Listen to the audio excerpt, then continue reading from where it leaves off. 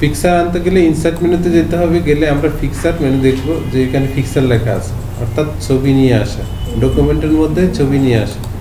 পিকচারে click দেব, দিলে আমার কম্পিউটারে ছবি থাকলে সেগুলো আমার সামনে আসবে। তো এখান থেকে আমরা ফোল্ডার, ড্রাইভ এগুলো থেকে আমরা কি করতে পারি, পিকচারটাকে চয়েস করতে হবে যে আমার কোথায় পিকচার আছে। আগে পিকচার এখান থেকে বাছাই করতে হবে। তা আমরা একটা পিকচার এখান থেকে নিতে পারি। অনেক রকম পিকচার আছে না, যে কোনো একটা জায়গা থেকে আমরা একটা পিকচার নিলাম।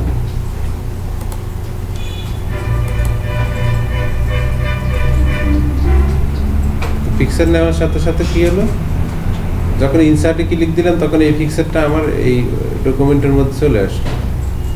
তো এখন আমরা এই যে পিকচারটা আছে এটাকে, এটার যে মেনু মডিফাই করার যে মেনু সেটার নাম হচ্ছে ফরম্যাট। এই ফরম্যাট মেনুটা আসছে। যখন পিকচারের বাহিরে আবার লেখাতে ক্লিক দেবো ফরম্যাট মেনুটা হারাই যাবে, এখন আর ফরম্যাট মেনু নাই, আছে? আবার যখন পিকচারের উপর ক্লিক দেবো তখন এই ফরম্যাট মেনু দেখবো।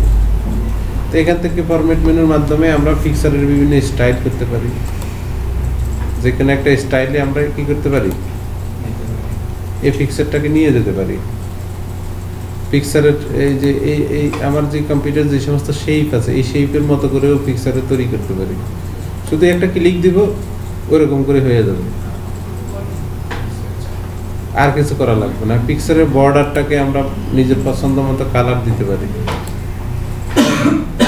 তারপরে পিকচারের ইফেক্টস আছে, এগুলো দিতে পারি। ব্রাইটনেস, কন্ট্রাস্ট এগুলো কম বেশি করতে পারি। পজিশন ঠিক করতে পারি, যে আমার পিকচারটা পেজের কোন অংশে থাকবে, মাঝখানে থাকবে না, এই ডান পাশে থাকবে না, এই পাশে থাকবে। হ্যাঁ, এই যে পিকচারের বর্ডার, এই যে ওয়েট আছে, মোটা চিকন পাওয়া গেছে। আবার এইটারও স্টাইল আছে, মনে করি এরকম করেই করবো।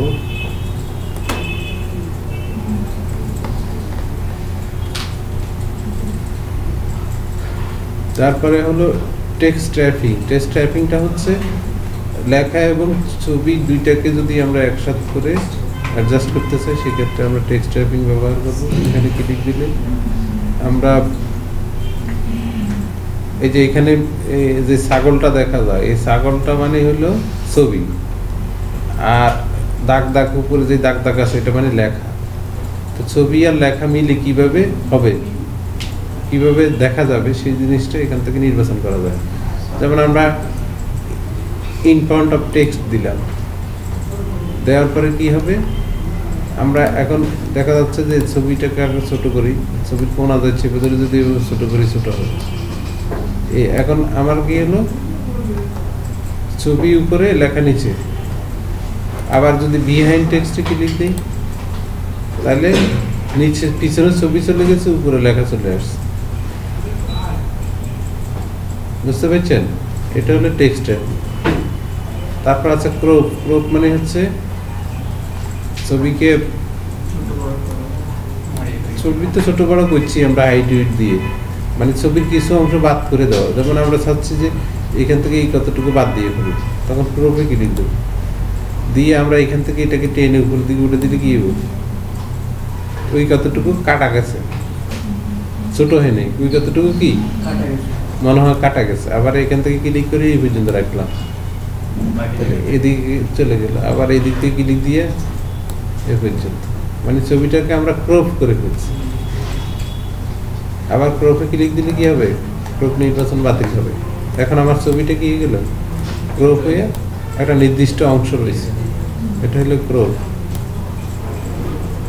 তাহলে আমরা কি কি বিষয় বুঝছি, ছবি ছোট বড় করা, ছবির স্টাইল করা, ছবিকে বিভিন্ন শেপে রূপান্তর করা, ছবির পজিশন নির্ভর করা, তারপর ছবি এবং লেখার সাথে সম্মিলন ঘটানো, ব্রাইটনেস, কন্ট্রাস্ট এগুলো কম বেশি করা।